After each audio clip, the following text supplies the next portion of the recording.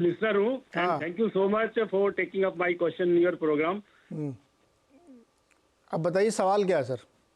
Sir मेरे पास hero MotoCorp के 20 shares हैं जो मैंने 2789 पे लिए थे एवरेज प्राइस पे, और मारुति के हैं मेरे पास 11 शेयर जो मैंने एवरेज प्राइस पे लिए थे 8513। और मेरा ये क्वेश्चन है कि मुझे इसमें प्रॉफिट बुक करना चाहिए या अभी होल्ड करना चाहिए।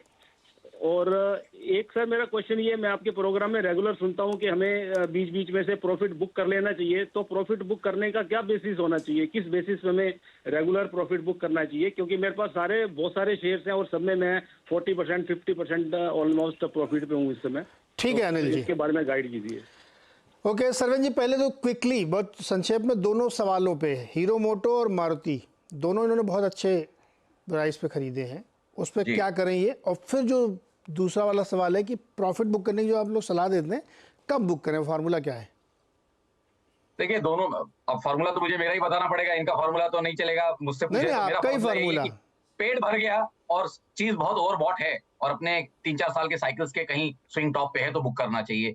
तो मेरे हिसाब से मारुति के लिए तो डेफिनेटली मैं इनको बोलूंगा थोड़ा मुनाफा बांधें, काफी चल गया है और थोड़ा उसको मुनाफा बांधें, यहाँ पे 1/3 1/4 जो इनको दिल करे थोड़ा मुनाफा बांधें, पैसा घर पे लेके जाएं, वही काम आएगा। और हीरो मोटो में आई थिंक अगर चाहें तो 4430 का एक स्टॉप लॉस लगा के रखे ट्रेलिंग, और चाहें तो जैसे मैंने बोला 15 दिन और, अब 15 दिन नहीं, अब 10 वर्किंग डे और, पॉसिबली 10-12 वर्किंग डे और बने रहें और जितना जूस पॉसिबली निकल सकता है निकालें। इलेक्शन के रिजल्ट्स के आसपास थोड़ा मुनाफा बांधेंगे तो आई थिंक मौके मिलेंगे बाद में इनको लेने के लिए। तो दोनों में प्रॉफिट बांधिए, चूंकि आपका ट्रेड बहुत अच्छा है। ये सरवेन जी, एक बात जो आप ये कह रहे हैं ना कि जब पेट भर जा रहे, पेट भरता ही नहीं भैया, दिन में 4 बार 4 मील खाता हूँ मैं दिन में, कैसे भरेगा पेट? देखिए अपनी ग्रीड पे इनको सबको खुद कंट्रोल रखना पड़ेगा। अच्छा चलिए, इनका जो भी होराइजन रहा, इन्होंने जब स्टॉक लिया था तो कितना कमाने के लिए लिया था, कुछ तो दिमाग में एक नंबर लेके चलना पड़ेगा। वो नंबर आपका जब पूरा होता है तो बुक करिए। अब वो आपका क्या नंबर है वो आप डिसाइड करिए, बट मैं तो कहता हूँ अगर साल के 20-24% बन रहे हैं, जो कि हिस्टोरिकली अगर आप 20-22% कमा रहे हो, which is the best rate of return जो आप बाजार से निकालोगे, अगर वो आपका बन रहा है तो आई थिंक आपको मुनाफा बांधना चाहिए, क्योंकि उससे ज्यादा किसी का बना नहीं है आज तक। एक लॉन्ग डेटेड एवरेज की बात कर रहा हूँ, 20-22% CAGR is a very good rate of return. हाँ ये तो बात सही है आपकी, लेकिन अब चल रहा है तो आदमी को लगता है चल ही रहा है। अभी एक बहुत बड़े विद्वान का निधन हुआ है जिनको हम लोग सुबह श्रद्धांजलि दे रहे थे।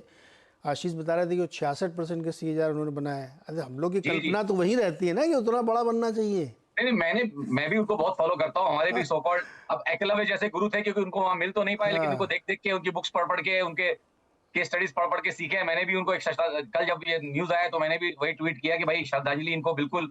और ये सारे क्वांट ट्रेडर्स के तो गुरु और बाप ही हैं। He is the father of quant. सबसे पहले उन्होंने स्टार्ट किया था मैथ्स को लगाना चार्ट्स के ऊपर या प्राइस के ऊपर। तो आई थिंक सबको उनसे सीखना चाहिए और बहुत अच्छे डिसिप्लिन से उन्होंने ट्रेड किया। देखिए उसमें जो की है वो डिसिप्लिन से उन्होंने ट्रेड किया, मैथमेटिकल मॉडल्स पे ट्रेड किया। जब मॉडल्स ने बोला एंट्री तो एंट्री, जब मॉडल्स ने बोला बेचो तो बेचो, जब मॉडल्स ने बोला स्टॉप लॉस तो स्टॉप लॉस।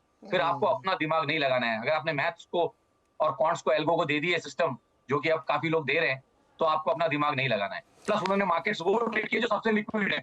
हर आदमी इक्विटी मार्केट में पड़ा रहता है, लेकिन आप देखिए उन्होंने क्या बोला, फॉरेक्स कमोडिटी सबसे ज्यादा उन्होंने वो ट्रेड किया। क्यों? वहां इक्विटी मार्केट से वॉल्यूम ज्यादा है। इक्विटी मार्केट से ज्यादा ग्लोबल मार्केट में कमोडिटीज में वॉल्यूम है, कमोडिटीज से ज्यादा फॉरेक्स में है, फॉरेक्स से ज्यादा कहीं ट्रेजरीज में है, जो लोग डेट ट्रेड करते हैं, 10 ईयर बॉन्ड्स जो ट्रेड करते हैं। तो आप इक्विटी वाले जो है ना, लोवेस्ट लास्ट के 5-10-15% वाले मार्केट में, ऊपर का 70-80% तो कोई ट्रेड ही नहीं कर रहा है।